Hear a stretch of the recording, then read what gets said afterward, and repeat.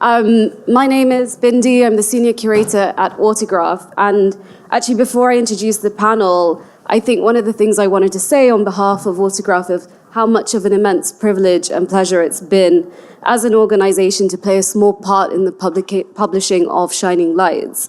It's a monumental publication, and I'm sure, as Joy was saying, that it was born out of a talk that she did during Maxine Walker's exhibition at the gallery in 2019. And it kind of brings us very full circle to why we're all here today. I also wanted to extend my thanks to Fiona, the V&A, Joy, the PMC, for kind of gathering this group of wonderful artists and speakers.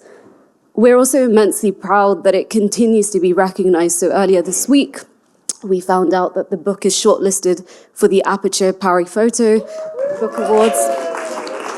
And it is a valuable resource that, as Joy has echoed and many others have said, it will continue to thrive, I hope, in libraries across the UK and beyond, to recognize that the value of the artists that are in there and the contributions that they've made, that we kind of, it's not starting from scratch. There were people that came before us, and I think that's really important.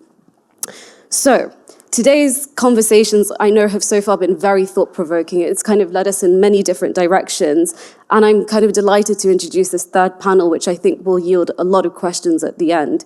The panel is called Interogating Decolonisation, Institutions, Policy, and Collections. And the premise of the panel delves into the role that institutions play and reflects on some of the changes that might be required to dismantle what it looks like to not only be a woman, a person of color, but also an artist, and how we might change some of those policies and make them more inclusive and make them more equitable.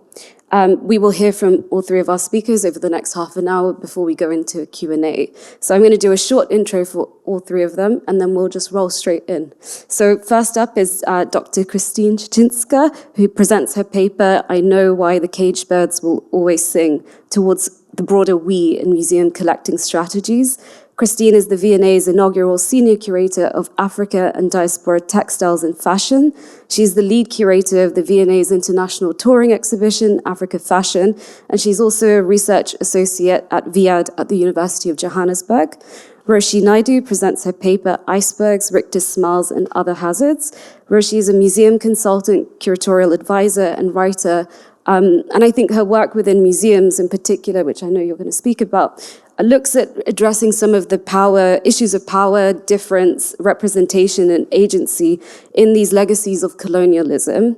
And last but not least is Bolanle Tajuddin, who will present a letter called Middle Child. For those of you who know Black Blossoms, she's the founder of this incredible platform, and it's an initiative that supports and promotes the work of women, Black women and non-binary artists, and she's passionate about decolonizing art education and highlighting underrepresented voices in the art world. So if you join me in giving a hand, and Christine will start us off. Thank you.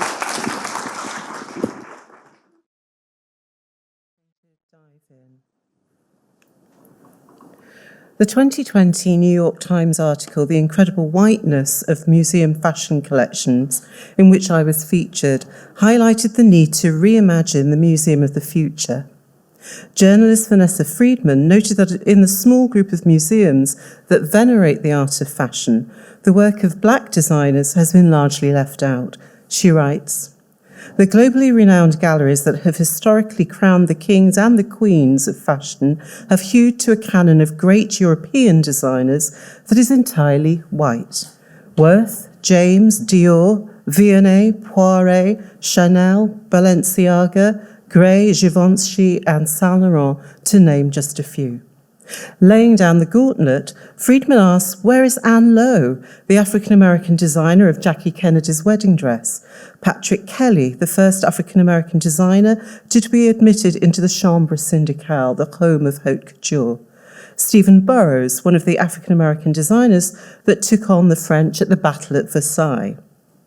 I would also add Zio to that list. For many years, Zio was Donna Karan's right-hand woman on the Zen collection, another African-American creative rendered invisible. And of course, here in the UK, where is Darla Jane Gilroy? Where is Nineveh Como? Friedman goes on to say, Just because museums are custodians of the past does not absolve them of responsibility for the present. And in that sense, their collections and the sins of omission enshrined therein speak to the very essence of the current problem. I'd been in my role for 3 months. 3 months I'd been in the role when I was interviewed for this article, 3 months into a new sector, 3 months into a world of remote working, devising what became the Africa Fashion Guiding Principles and exhibition narrative. To that end, what I share in this very brief presentation is a personal story, a sort of feeling my own way in the context of the summer of 2020. And this feeling of my own way is what I now find is often referred to as a strategy.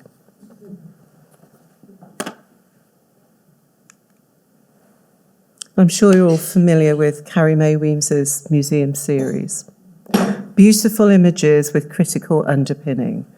A black and white photographic series that Weems started as early as 2006. Each image features the artist wearing a long black dress, standing before a major art or cultural institution with her back towards the viewer.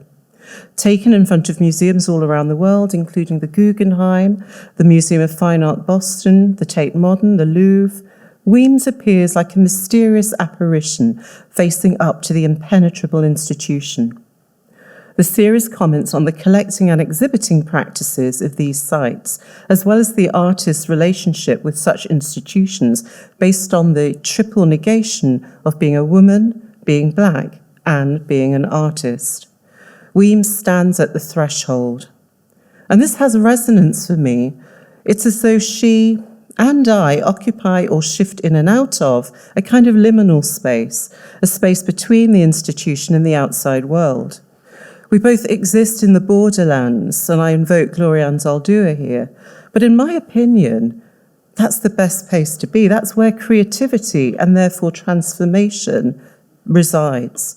As points of view, cultural expressions, and people clash and coexist. And ideas coalesce, and this existing in the borderlands, for me, echoes what it is to be in diaspora. It is this fact of being, it is trying to go quickly and I can't. It is the fact, I speak really slowly, so I'm very conscious of the 10-minute gong that's about to go off. It is the fact of being romanced by the object that continually draws me over the threshold. And I'm reminded of C.L.R. James's Letters from London, where he recalls his first visit to the V&A, and he writes, "When the body is still, the mind wanders, W-A-N-D-E-R-S. I would add wonders, W-O-N-D-E-R-S. This points to the museum as a space of seduction, the museum as a space of debate, as a safe space where multiple, multi-layered, at times divergent, opposing stories can be told from a single object. But the public museum is meant to be for the public, and that includes me. All humans look for reflections of themselves. We are not different. However, works by black women creatives are either absent or occupy an absent presence. They're hidden in plain sight. And I must admit that this always sparks within me a kind of on-off love affair with the museum, even the museum I work in. Yet, to paraphrase artist Theaster Gates, this tension soon leads me to ask, if in the past we left black women's excellence and experiences out, can we now embrace the broader we, us, and our to move forward in an equitable manner, casting our nets wider, and rather than ignoring our past, our colonial histories, can we simultaneously revisit and reconcile the past through layered reanimations of our existing holdings? Africa Fashion, now on international tour, consciously celebrates the vitality and innovation of contemporary African fashions, bringing together the glamour and the politics of the scene from multiple and varied African perspectives. The project as a whole, the exhibition, the public programme and the publication, suggests and demonstrates a way forward. Working on this project, new ways of working had to be found, and they had to be found speedily. As with all exhibitions, it took many hands to birth Africa Fashion. There are many stories to be told about the African fashion scene, but I knew that the story we would tell needed to be told from insider perspectives, by which I mean many African perspectives, including mine. I knew that it had to be, after all, I know what it is to be invisible. I know what it is to feel like a guest. So therefore, the story had to be a story of abundance rather than lack, for example. It had to be a story about unbounded creativity. It had to be a story about agency. Now, leading through creativity, conversation, and collaboration, Africa Fashion is founded on 3 guiding principles. The first, we are us, not other, borrowed from Lubena Himid's reflection of the same name. Passages from Thelwyn Sarr's meditation on Africa, Afrotopia, which some of you may know, putting Africa first and pointing out that Africa can chart its own course. It does not have to follow what the global north leads. And then the third guiding principle, a quote from designer Ewa Mete, whose work is in the show. Fashion allows us to show Africa in the way that we know it. And of course, she's speaking about the Black and African us. And this also captured the importance of beauty in everyday life and the appreciation of aesthetics that is woven into vernacular cultures across global Africa. So again, we've spoken today about bringing together the joy. It's the joy and the pain come together. So trying to really capture that. But how did that really manifest in the exhibition?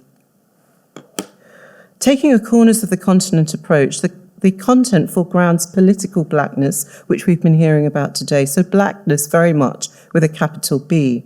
Political blackness where there is room for designers based in North Africa, like Neema Benes, or creatives like Jula Amidoshi Shah, who is Kenyan Asian heritage but self-identifies as politically black. It allowed us to include those words. And it's important to say that there's another conversation about where North Africa sits in institutions like the V&A, but there isn't time to go into that. The presence of vernacular fashions gleaned through the public call-out for objects were placed alongside haute couture objects. So this idea of setting up a non-hierarchical approach. On interpretation, certain sections had to be written in the first person, and this was something that as a museum we'd never done before. We also placed the creatives' voices alongside and often above the voice of the curatorial team. In terms of the exhibition design, this was a thing of joy for me. It's hard not to say that at some point. The exhibition design was really interesting because we tried to invoke the spirit of Ubuntu in the design of the show itself. We tried to get a sense of collective power. 2 minutes, my goodness me. I'm going to jump ahead in that case. That's the devilment of being at the end of the schedule. Okay. Really? Oh, because I just... Can I just keep going? I'm going to keep going then, because otherwise it's hard to jump ahead without, because it builds, it should build.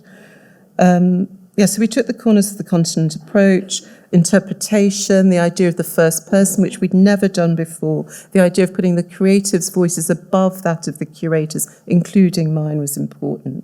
The exhibition design I've spoken about. And this for me was important, though not one of our official guiding principles. The way that I work is informed by the wonderful John LaRose. So John LaRose, and there's a moment in the Horace Ove film where he says, sense mec before book. And that always stayed with me, sense mec before book.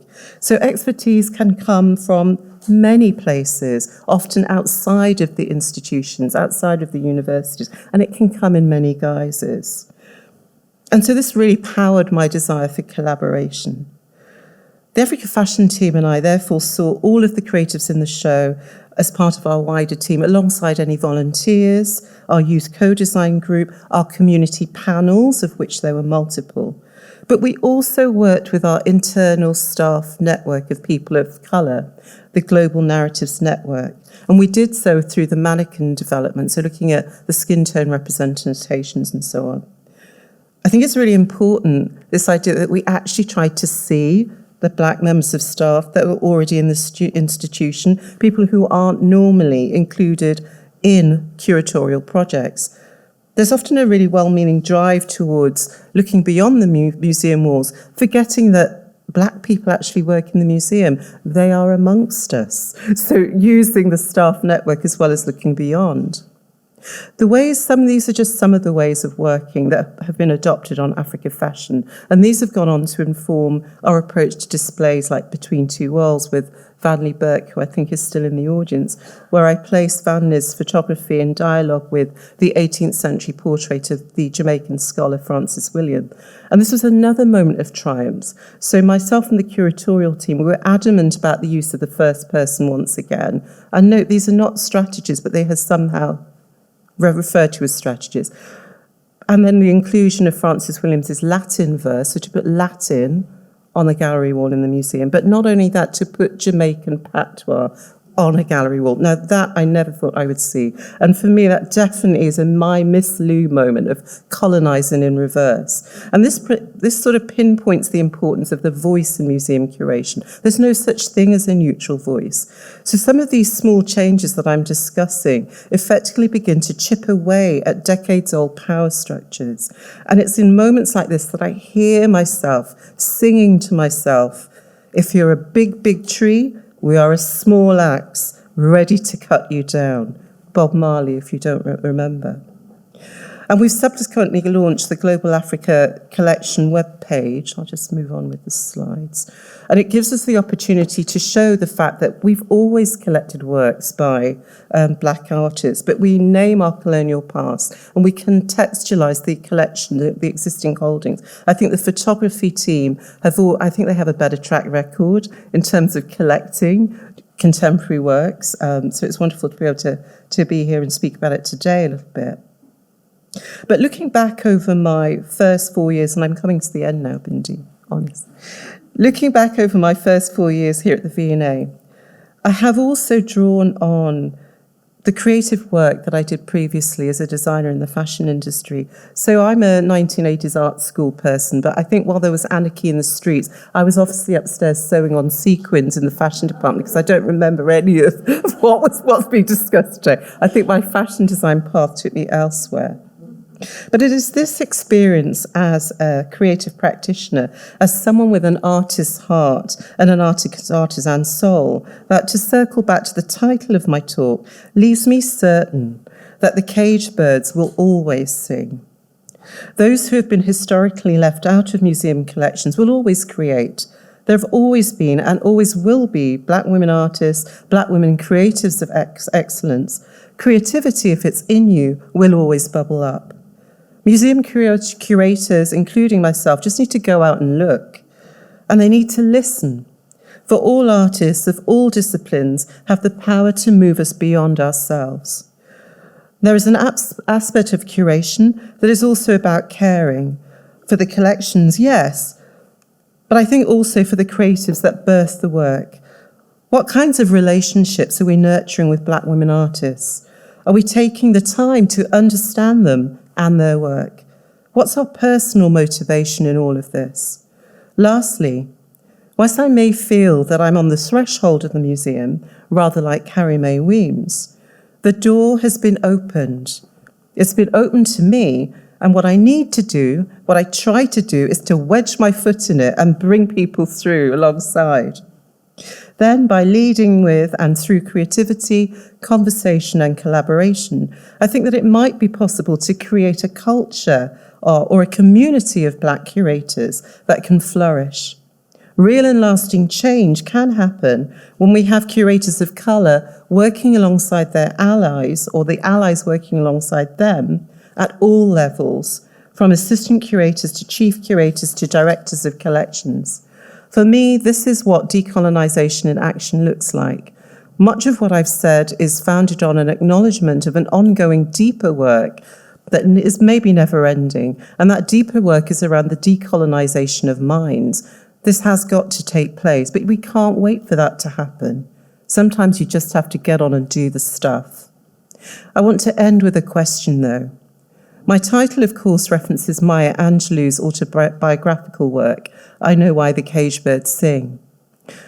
The bird song represents not only Angelou's voice, but also the voices of Black women who sing, though entrapped by disadvantage, by disavowal, by invisibility, by racial prejudice.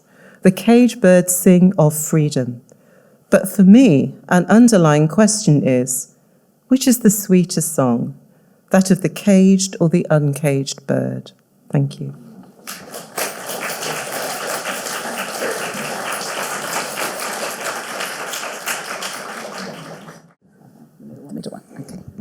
Hello, I'm Roshi. If you message me and it autocorrects to Rishi, I will hold it against you. Joy, thank you so much for inviting me to be part of this day. It's been wonderful. Okay, I'm going to start. I hope the relevance of this lovely fish is going to become apparent in the next 10 minutes. Okay, so I don't know about you folks here, but in the 25 years or so that I've been working with museums, galleries and archives, I have not met a single person that has said to me, I really object to broadening out our remit to include the voices of black women and other marginalised people. No one's actually ever said that to me. But what the artists in the Shining Lights collection remind us is not just of the longevity of the struggle of black women to be seen, but also that institutions have long purported to want to make visible hidden work. So why then do we often seem to be at ground zero with very similar narratives being played out over the years, whether that's under the rubric of anti-racism, cultural diversity, or now decolonisation? So particularly for those of us that have been around the block a few times, I want to consider the question of repetition. Now, this question has framed my work as I try to understand and map how the sector manages its stress and valiantly tries to include, while simultaneously not upsetting the status quo, when race, difference, our colonial past and presence come into view. Importantly, I'm interested in whether there is any conscious awareness that this is what they're doing, or whether this process is so ingrained in the cultures of white supremacy and power, in the fabric of museums' operating systems, in liberal institutional politics, that they can't even recognise this as an emotional, psychological, political and structural dynamic of how they operate. So the sector grandees, museum trustees, leaders, funding bodies, etc., they're all nice, progressive people. And more than that, they're always enthusiastic about change. And recently I've found quite aware of this problem of repetition. So how do they manage to say this and still do very little to challenge the status quo? How do we manage their enthusiasm? That's the question we have to ask. And what else needs to happen if we're going to affect real lasting change at the centre of these institutions? I've got D'Angelo's point here about white progressives prioritising flagging their credentials over doing the hard, invisible work. And I think that's a really something that museums are really, really guilty of. None of us live outside of our socialisation, but I encounter very few in the sector who begin their journey into decolonisation with any meaningful self-reflection on the workings of structural racism, on white fragility and anxiety, on the impact institutional racism has had on artists and others in the past, and why they're actually doing this work, as though the obvious reason of being nicer to the previously excluded somehow sufficed as a reason. Solutions here, I think, often acts as a means of avoidance. And I've been hearing for decades that the urgency of an anti-racism practice means that there's no time for deep reflection, that the funding stream for this 12 to 18-month project prohibits such things, and they, of course, would love to do this in-depth work if only there was time in an ideal universe. So the first question I always ask when I go into a museum is, why do you want to do this work? Why are you decolonising? And this is that moment where if you listen, you can hear the confusion, the panic, usually the genuine commitment to democratising and change, but also like a cold, steely desire to protect their territory, their authority, their power at any cost. So, Bindi, keep me honest, please. These are 3 short thoughts as to what actually happens when the sector decides it must decolonise. The first thing I've called is the stress of narrating counter-narratives. I've spent a career thinking about how arts and heritage organisations try to hold together positions that necessarily counter each other, like magnets with opposing polarity. So, for example, how do you narrate the vast, unwieldy, nuanced epic that is our shared colonial past, while simultaneously sidestepping its fallout in the story of contemporary migration, global economic inequality and the climate crisis, in order to avoid any criticism, implied or actual, of the workings of neoliberalism in general or your corporate sponsor in particular? How do you acknowledge that racism is systemic and institutionalized, but evade interrogating your own structural practices, such as how you fund and conceptualize efforts to decolonize? How do you confront a history that legitimized the notion that the subject position of the few trumped those of the vast majority of others, while also not drawing attention to your own positionality and an inability to see your own operations of power?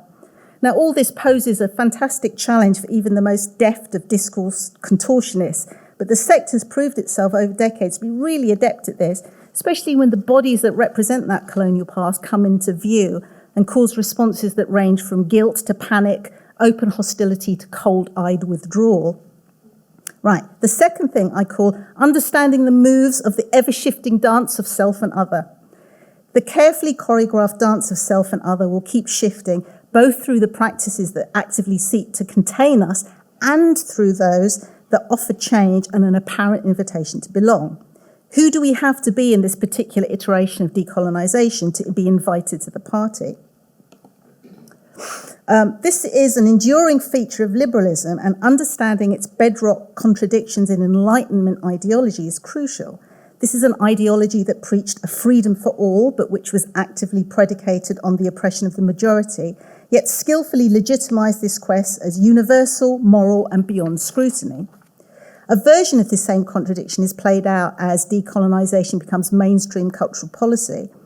Just as the museum has historically determined the canon of knowledge, it can also help determine the ways in which we unpack and critique that canon.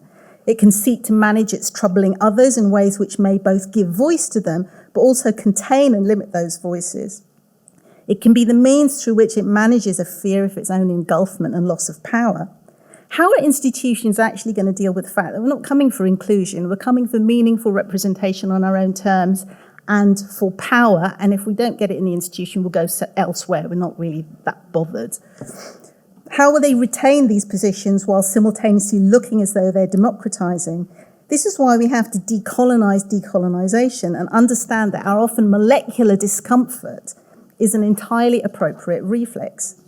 Getting museums to address the deep structural stuff is almost impossible. Even the most radical initiatives will skillfully obscure key questions, such as the positionality of its leaders, policymakers, or curators, the ways in which white supremacy actually lurks in its funding outcomes evaluation project cycle model, or how the complexities and nuances of black subjectivity, creativity, agency, and that word again, joy, are sacrificed on the altar of neat deliverables and social media-friendly posts aimed primarily at legitimising the museum as a force of social good rather than dismantling hierarchies. The third thing I'm going to address I've called shame, fear, anxiety, and stress. Now, a nation, Britain, our nation, historically lied to about its origins, is going to meet the truth of who it is with a range of hysterical responses, ranging from active denial to disclaimers to disavowal to withdrawal, to name just a few. So I'm going to suggest to you that many decolonisation projects in the sector are designed, probably subliminally, primarily to manage the stress museums feel when confronted with these truths. And that if we understand this stress, this could be built into project work and faced head-on rather than subliminated, because when the repressed returns, it's never pretty. Discussions of memory, evasion, trauma, anxiety, white supremacy, they're part of the critical histories of colonialism and empire, but the sector has not been able to adequately reflect this in a public space.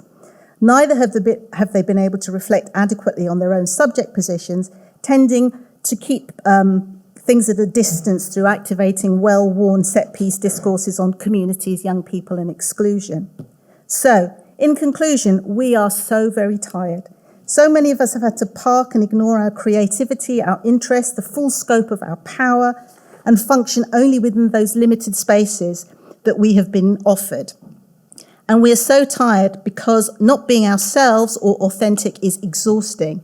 And institutions continue to determine the spaces in which we're allowed to be, what parts of our identities to foreground, and which ones we need to check at the door before we enter. This has been dangerous work for all of us in different ways and to different degrees, and I think this quote is really important in relation to this.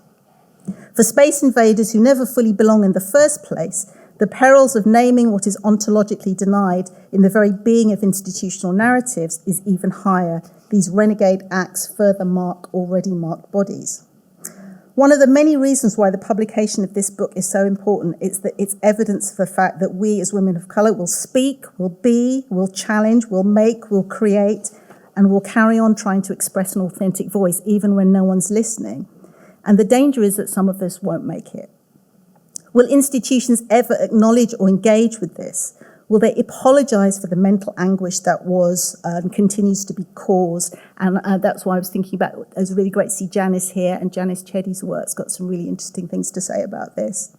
Is celebrating formerly marginalised photographers a beginning or an end? Will institutions recognise that these artists have something defining to say about the history of British photography in general? And finally, the relevance of the fish. The fish do not see the water. And that's really what we're dealing with when we're dealing with institutional politics around decolonisation. But, you know, we're tired, but we keep going and we keep fighting. All right, thank you.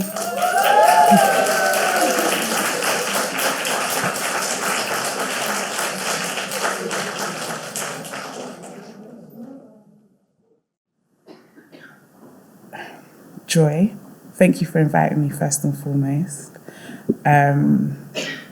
Today I have learnt to delegate and let other people do things so I can be here. Thank you, Joy, for pushing me to do that, because I have been honoured to be in a room. I feel so privileged to hear everyone speak. So I have written a letter to both Joy and Tolu, and I'm going to begin.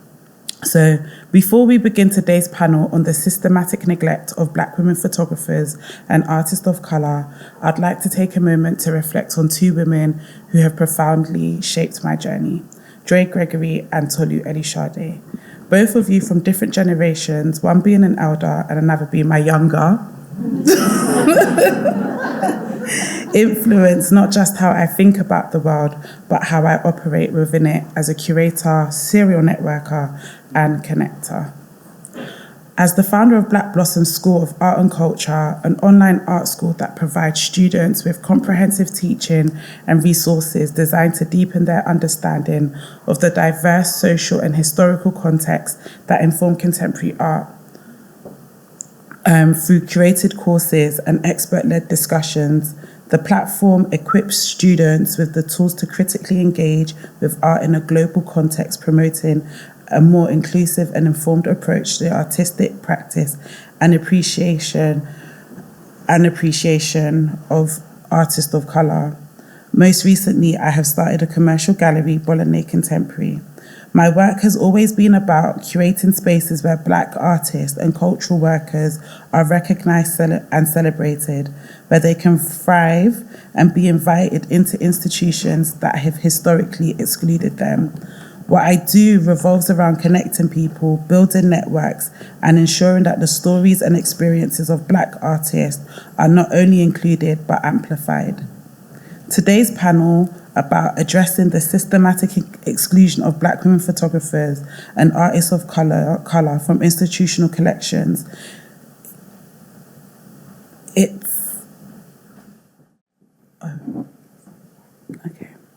It's about recognising that the omission isn't just a historical oversight, but an act of erasure that reverberates through time. We're here to talk about how we can begin to decolonize these spaces, ensuring that no artist is left wondering if their contributions are worthy of being remembered.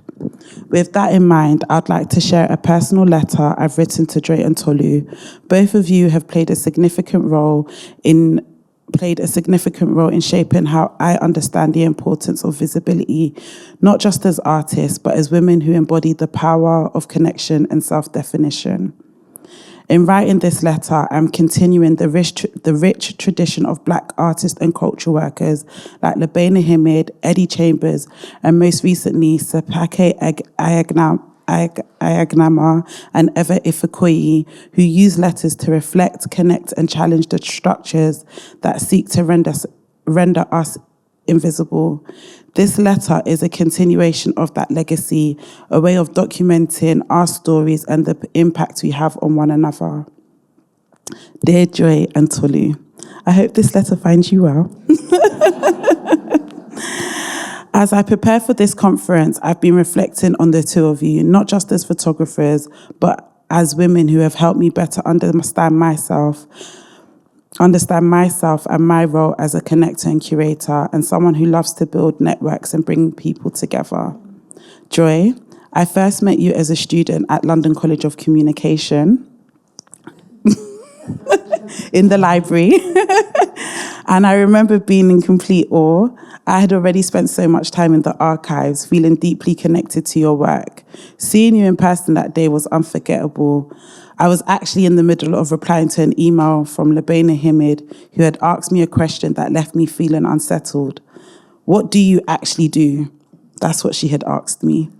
At the time, I was in my 20s, juggling so many roles, trying to navigate the art world while holding on to my dreams of connecting people and creating spaces for artists. That question made me feel boxed in.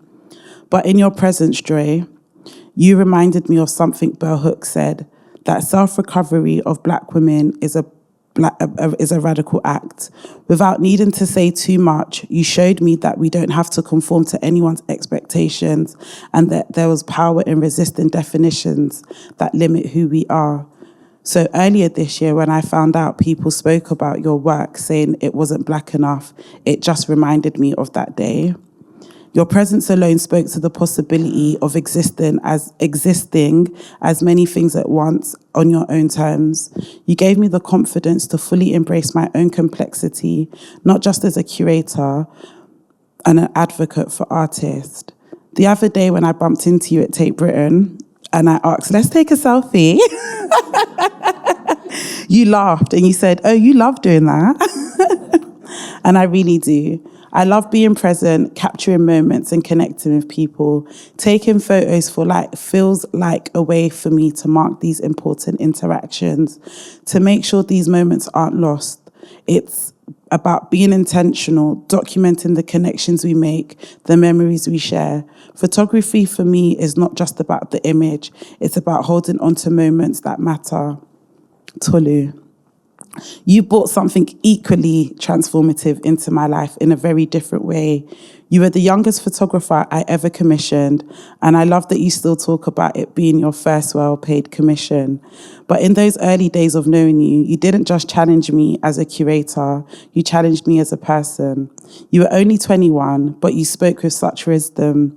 I remember you telling me quite directly that I needed therapy.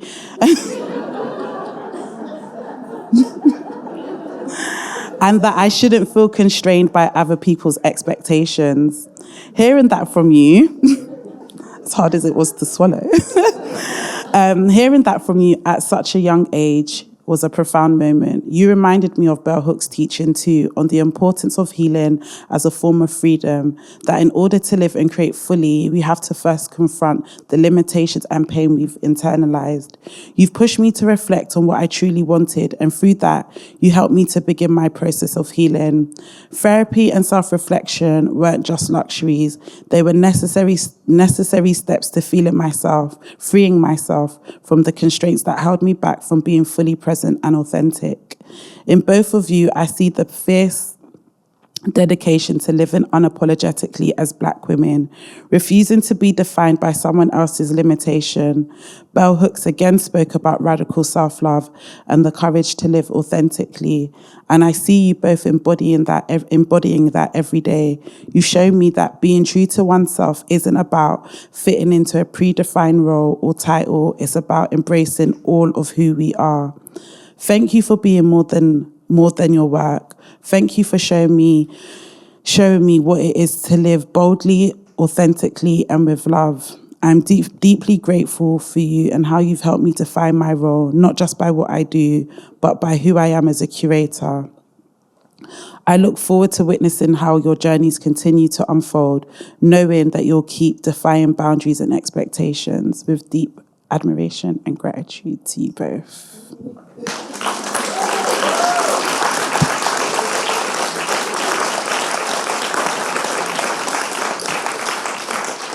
I hope this letter, so I'm going to start crying. I hope that sharing this letter has offered a personal reflection on why today's panel is so vital.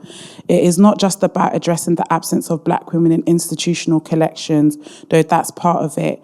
It's about recognising how important it is to create spaces where Black women's contributions are visible, celebrated, and fully recognised.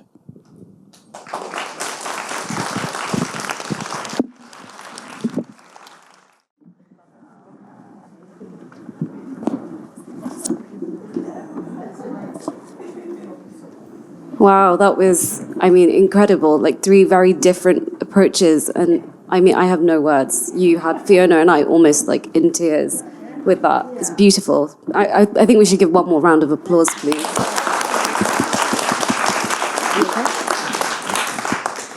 I guess something that you spoke very eloquently about and very personally about, which I think becomes really important in this conversation, is how different strategies can be adopted and made, but actually what I think is really important is how it's not one shoe that fits everyone and everything, and how those kind of sensitivities we might adapt in the way that we go forward as institutions, as people working with artists and in the arts. And I think one of the things that I'm always aware of is that in a room like this, we're all here because we understand the need for such change, and there can be this sense of being in an echo chamber where we're constantly speaking to people like ourselves, where we acknowledge what needs to happen, but sometimes convincing others around us is difficult. What would you, or how would you, or can we adapt and maybe, really think about what that then looks like going forward? I don't know who wants to begin. It was quite a very long question there. Shall I say something? So I think that I loved your letter, and I think that there is a beautiful connection between what I was saying and what your letter was also expressing. And I think it is, I did think earlier, rather like you've just highlighted, everyone in this room, we're all on the same page. We all want the same thing. We probably have a similar approach to getting that same thing, which is equity. In terms of women artists' work. But for me, I think there's something about, this idea of when I walk through, when I go over the threshold, to go back to the paper, when I come into work, I bring my integrated self, and I travel first class in my head, and I don't ask people if I can do something. I just get on and do it. And so I think there are projects that, things like Africa Fashion, no one gave me a strategy for that. I just wrote the narrative, the team came off furlough, the narrative was finessed, and off we went. And I think that there were some people that almost sleepwalked their way into this show that foregrounded voices, many African and Black voices. So I think there's something around bringing your integrated self to whatever project you're working on, because there are always going to be blended teams, whether you're inside the institution or outside the institution. But I think if as individuals we can bring our whole selves, we can start to make a change. Yeah, I would definitely agree with that. And I'd say it's only something I have learnt to do maybe in the last 5 years or so. I was much too afraid to bring my whole self. I would disassemble to go to work, to go to a museum, to go to a gallery, and talk in the institutional language of whatever the project was, and feign excitement about what I was supposed to be excited about. But what I did find, and this is why I gave a paper a couple of years ago, which I subtitled Things People Have Said to Me in Museum Toilets, because people will always follow you out and they will tell you the truth somewhere else. And that's why I think if people are bringing their whole selves to the room and the conversation, and that we can talk in those project meetings about really what people's stresses and anxieties are, I think it'll save an awful lot of trouble in the future, and an awful lot of pain and falling out. And why did we fall out with that community group? It's because you treated them terribly to start with, because you were all too afraid to talk about what you were anxious about. So yeah, I would definitely agree with the integrated self. So only ever worked with and not within institutions. And I actually didn't really know what code switching was for a long time because I didn't do it. I actually didn't code switch. And then I would say maybe the last few years, I find myself code switching a little bit more. And I don't know why. And I actually think it's more to do with class than race for me. Race, obviously, it's the way I am a black woman, you can see that. But with class, it's very invisible. And, I float between, and I was talking to my friend Simeon Brown, who's a writer at Channel 4, and he was like, most of us are like multi-class now, we're existing within like these middle class kind of systems, but whilst going home to families who are working class, and, we're constantly having to adapt ourselves in that way. And so I really struggle in the arts with my class more than I do now with race. And I think when I was thinking about racism and decolonizing spaces, being black, I never felt like I needed to code switch. But now I think the more I'm in these spaces and I'm doing different things, I'm just constantly realizing, oh my gosh, I come from such a working class background. And I'm proud of that, actually. I'm super proud. But I think it's important because, similar to you and maybe the way in which you've journeyed through, like, both my parents are working class people, and being in the arts is so foreign to them. It doesn't exist. The fact that I work in the arts to them is like, do you actually, earn money? Do you do anything? Do you do anything? But I think that's part of the conversation and changing some of those dialogues that we're having about who then might cross the threshold and come and see what we're doing and support, and how do you create advocacy in different ways for, how the benefit of visual arts and the way in which we see photographs, we recognize things. And I think that's all really quite important in that as well. Yeah. Is there any questions? Oh, we got.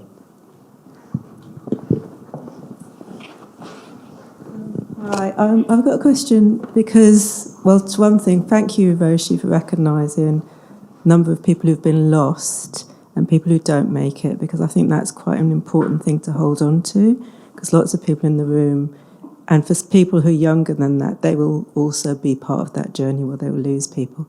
But my question really is about the museum itself, and particularly mainstream museums as opposed to kind of black-owned museums, is particularly, so for the example of the V&As, the Magdala crown is here, which is a treasure which was stolen by the British Army and then given, which is a number of things, but I was just wondering how you can have the violence of the museum, which is in the museum itself, and how does that sit along bringing black communities and these kind of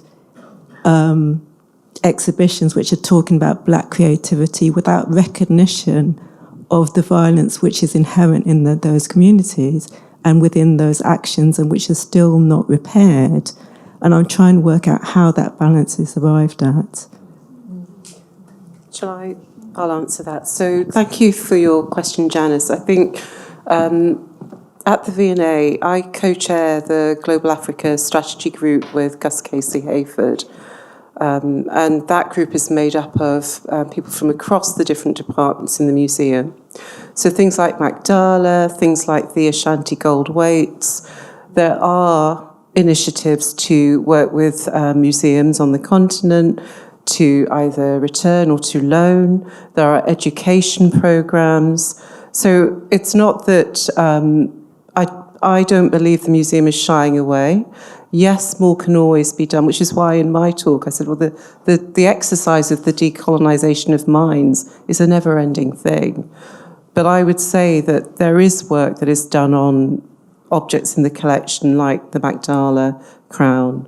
There are discussions that I'm not party to at executive board level around what we can do to name the past, to either loan or, because I think there are also government legislations that mean you can't send things back, even if you wanted to.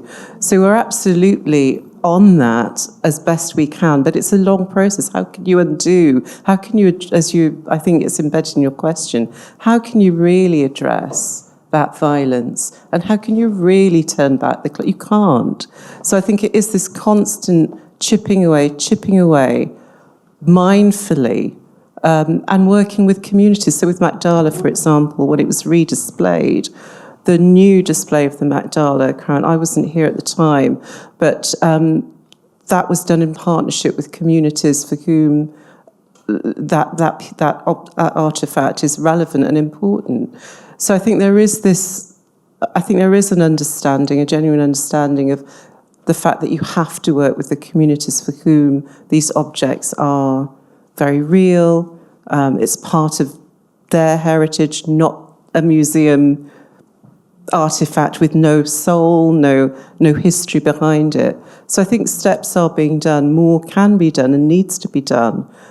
But I think it would be unfair of me to sit here and say nothing is being done, and it is a dreadful situation. But I think as best as the museum can, it is taking steps. I hope that answers, because again, I'm in this sort of betwixt and between situation where I always feel more can be done. But I have to share what's actually going on. One of the things that does frustrate me, I have to say, is that I've never understood why more isn't shared, because there was a wonderful surprise when I got here 4 years ago, the amount of work that was being done, but somehow it's not shared. And I think it's where there's a nervousness of sharing incomplete work, whereas I think personally, and this is not the museum speaking, this is me, Christine, speaking, I think that there's something to be said for being transparent so that people can actually see the work that's going on behind the scenes. Because it's never ending, I have a problem with the fact that nothing is, or very little is shared until it's absolutely complete with a bow on it. Whereas I think, share what we're doing. I hope that answers. I think that's a really good point. I think there's always more work that, yes, can be done, but I think as the context changes, we learn more, as we develop more, to share that more transparently, I think is definitely an interesting step to take, because it shows that there is something happening. I think we have a question online. Yeah, actually, there's a question online that follows on from that, but I also wanted to maybe add that when I was... when I was reading about the fact that, we were going to have this panel, and I was sort of looking at the kind of recent history of, what the museum had sort of publicly talked about in terms of its decolonising strategies, because it is a bit of a museum obsession. And our director has been quite active at kind of government level, obviously being a kind of ex-politician, he's got that access, and has been very vocal about the need for Thank you. Change in terms of the deaccessioning policies, because until the government allows us as museums to have those conversations, we can't really address the individual objects, although some things are being done. There's a relationship with Ethiopia that's happening, and there's something that just recently got returned to Turkey, so there are some activities going on. But there is a question online that I just have to read. It says, how can institutions decolonise when they're run by trustees who exist to protect the museum and its possessions in perpetuity, protected as they are by the law of the land, which is, I guess, what I was just saying. Concerns sit outside most of the considerations cited in these discussions. I don't know. Maybe we've addressed that with what Christine said, but I think I would answer. So I do think we're in a state of fascism, because that's what this is. This is why the museum and cultural workers can't really talk about what's happening in their institutions. I think woke culture, or is it what was the name of was it George? I just remember one of the politicians writing to all the museums and saying, don't give it into woke culture, because if you do, you're going to lose funding. And so there's all of these kind of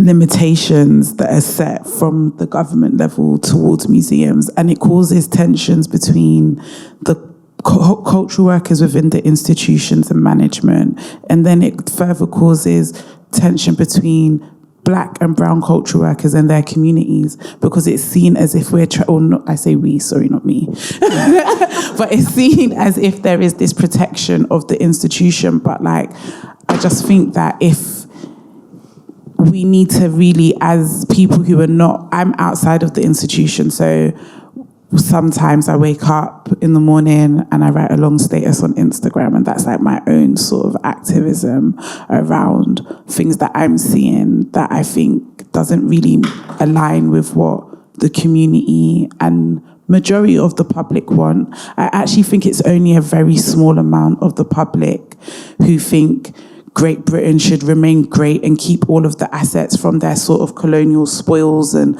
blah, blah, blah, blah, blah. I think most people can see that it is wrong that institutions are holding on to things that don't belong to them. And I think the battle now, again, you know, just thinking about a lot of the things that Kemi has been saying this week and trying to read in between the lines of that kind of conservative rhetoric, I very much believe this is I don't want to say it's just a class issue, but I think it's like where we're going to be really seeing how class and race intersect over the next few years. And it's about how we all as cultural workers try to find the language together about how we discuss these issues. Because I think I even struggle with the right language at times. Like, how do I discuss with my mum about the Benin bronzes compared to how I talk to a colleague in the art world about it? And, you know, it's about trying to find that kind of where we're not dumbing it down and we're not overly intellectualizing it, but to really discuss about the returning of goods back to where they come from. Roshi, I wonder whether from your experience that you want to add something from the work that you do from inside the institution, from an outside perspective, I think.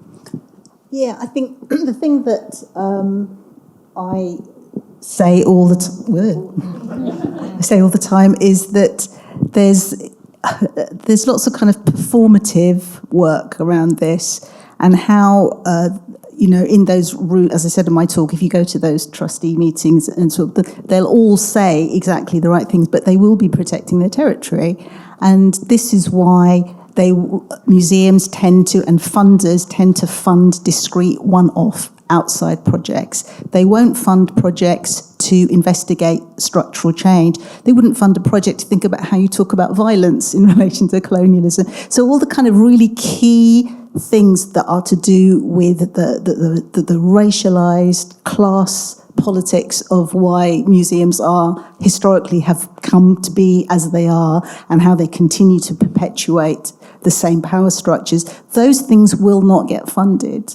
But you can't say, I'm not going to fund that because I'm going to protect my position and I need to protect my family and this generations of my family that have been museum trustees. So you have to have strategies of performative anti-racism. And I'm not, there is always, and I think Janice, you've said this in the past, there's always good work. Every generation there's good work. So I'm not saying nothing good has ever happened, but I think there is a key difference between funding a really interesting decolonization project that lasts 18 months and funding something that looks at the root and branch reasons why museums are the way they are. Structurally, politically, economically, psychologically, psychically, all sorts of things. But that is the funding that needs to happen if we're going to change things. I think that's really interesting. Have we got any more? We got one more question.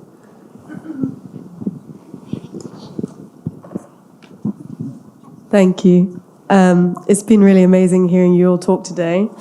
I've just been picking up a lot on the words of like institution, class, and getting lost. And it's been on my mind a lot lately, actually, because I have just graduated and I've just started in another institution.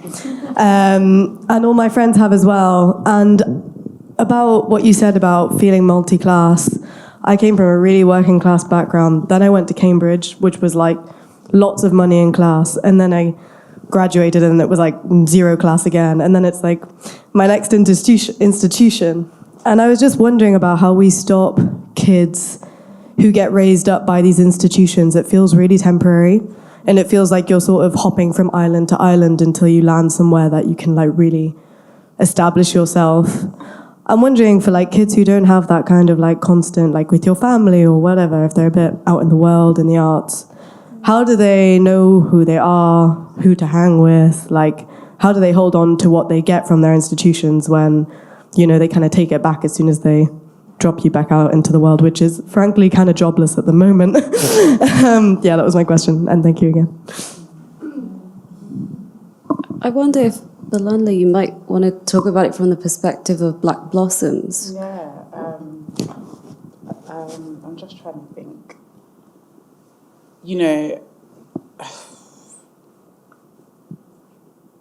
sorry, just give me a moment. So I'll share with you, I went to Leeds Uni as my first uni, and I remember, so I come from, like, I grew up in Ladbroke Grove, and so I think the riots, the 2011 riots had just happened, and I remember thinking, oh, I'm going to go to, you know, I think it's so funny. I'm going to go to uni and I'm going to write all of these essays about what's going on in the hood and in the ends, because obviously these rich people don't know that we're suffering, only to go there and learn there's theories about our condition, right?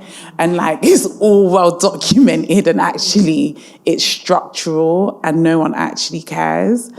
And I think that was like my first like out of body experience. I lasted in Leeds for a year. And then thank God I went to art school. That's where I met Joy. And then it's just really interesting how we navigate sort of class and race in the arts. And I actually don't have an answer. Me and my friends are talking about it all the time, about how we contour. I don't like to think I code switch, but I think I definitely do, and how we code switch. And sometimes how you also enjoy, because there is that part, like there's also the enjoyment of, I don't know if it's this escapism, you know, you're in like a party and it's just so great, or you're in like a collector's house and you're just, you know, this escapism, and maybe I can sort of reach that, and then there's like the reality of, do I actually want that? Or how do I, if I do get that, if we're talking about it on an economics point, from an economic point of view, in what ways are we going to like redistribute economics in our community? I think I'm just thinking about all of that and always constantly working it through. And I'm nearly 40, so like, if I haven't figured it out, like, I don't know, good luck, just, you know. I think, Roshi, you wanted to ask? There's a lovely piece of writing that's just been published by Joe Littler about being mixed class and about institutional politics and care washing in institutions, which is a really, and she's my friend, so obviously I'm biased, but it's a beautiful, beautiful piece of writing that's a lovely mediation on that. And I'll just take a really quick anecdote about kind of class. I used to, when I was first started working in museums, I thought I was talking differently. I thought I was talking posher when I went to museums. And then I had a piece of work to do where I was transcribing an event. And actually, I had been speaking at the event as well. And I was thinking, who's that going cultural democracy? I thought, oh my God, that's so North London. That was me. And, you know, the museum makes you feel as though you do have to shift up a gear. And you can kid yourself you are shifting up a gear, but unless you are from that class, you're really not. So you might as well just, you know, relax and enjoy it and bring your whole self into work. Yeah, I think for me, being older, the only thing I can do is just bring my whole self. And if people get frustrated with me, they get frustrated with me. But I almost want to come back to your question, which was about what I heard was, how do we survive the institution? And the institution might be your university, the institution might be your museum, your art space that then throws you out at a certain point. And even while you're in it, how do you survive the institution? I can't remember who it was. I think it was you, Joy, this morning that said something about kin. So there's your family, but there's your kin. And for me, I survive. This is the first time I've worked in an institution. Before coming to the museum 4 years ago, I'd worked in the fashion industry. I used to draw all day. I'd have my music on, often John Holt, showing my age, and I would just be drawing. So this is my first time in an institution. The way I survive is to work out who my kin is. And I have my chat-in times with my kin. And they can be, they're people of different genders, different ages, they don't all work in the arts, but I have my kin that I can say, this has happened, that's happened, or I can decide not to talk about it. But they're kind of, I hate the word network. I'm rubbish at networking. You're really good at that. You need to give me classes. I don't like the word network, but I like the idea of kin. And I actually, before today, I've always called these people my chorus. Because these are the people that encourage me and nurture me, and we nurture each other. And that's how I survive the institution, because I know that I'm a guest in the museum. I could be seen as obsolete tomorrow. So it is always in my mind, how am I going to survive the institution? So this idea of kin, this idea of chorus, and I feel like we've witnessed that today, watching people kind of reconnect after many, many years. I think it's this idea of kin and chorus in action. And I feel that that's how we can survive as Black women. That's how we can survive. Yeah, I should follow up on that. So I started a WhatsApp group, the Black Blossoms WhatsApp group, which a few of you are in. Raise your hand if you're in the Black Blossoms WhatsApp group. Okay, yeah. Joy, you're in it, yeah. Did I throw you out? Wow. No, I didn't. Let's not. I'll put you back in. But like I did not throw out Joy. Did not. So disrespectful to you. I'm not disrespectful. But like, there's 300 of us in this WhatsApp group, and all we do is share resources. We plan meetups. We're constantly like, sometimes it's just mucking about, and sometimes, there are deep conversations happening in that group, and I can see everyone who reads the messages, and I tell you, people are so engaged in that group. It's so engaging. And yeah, sometimes when I'm so quiet on socials, but I'll be so active in that group because I just find it like such a safe place. And I don't really believe in this idea of safe spaces anymore. And I think I'll change it and say it's a brave space to what I've heard recently about brave spaces. It's a brave space because many of the Black women and non-binary people in that group bring their full selves, like you was expressing, and nothing's a wrong question, nothing's embarrassing, and nothing is too small to ask of one another in that space. And I would really encourage everyone to find that kind of group that they can go to and turn to, whether it's a WhatsApp group, whether it's a kin and it's a smaller group. Like, I feel so blessed to be in community with so many Black women and non-binary cultural workers and artists just on WhatsApp alone. I just feel it's just such a positive, it's been so positive for me. I think that's a really wonderful note to end on. Thank you guys so much.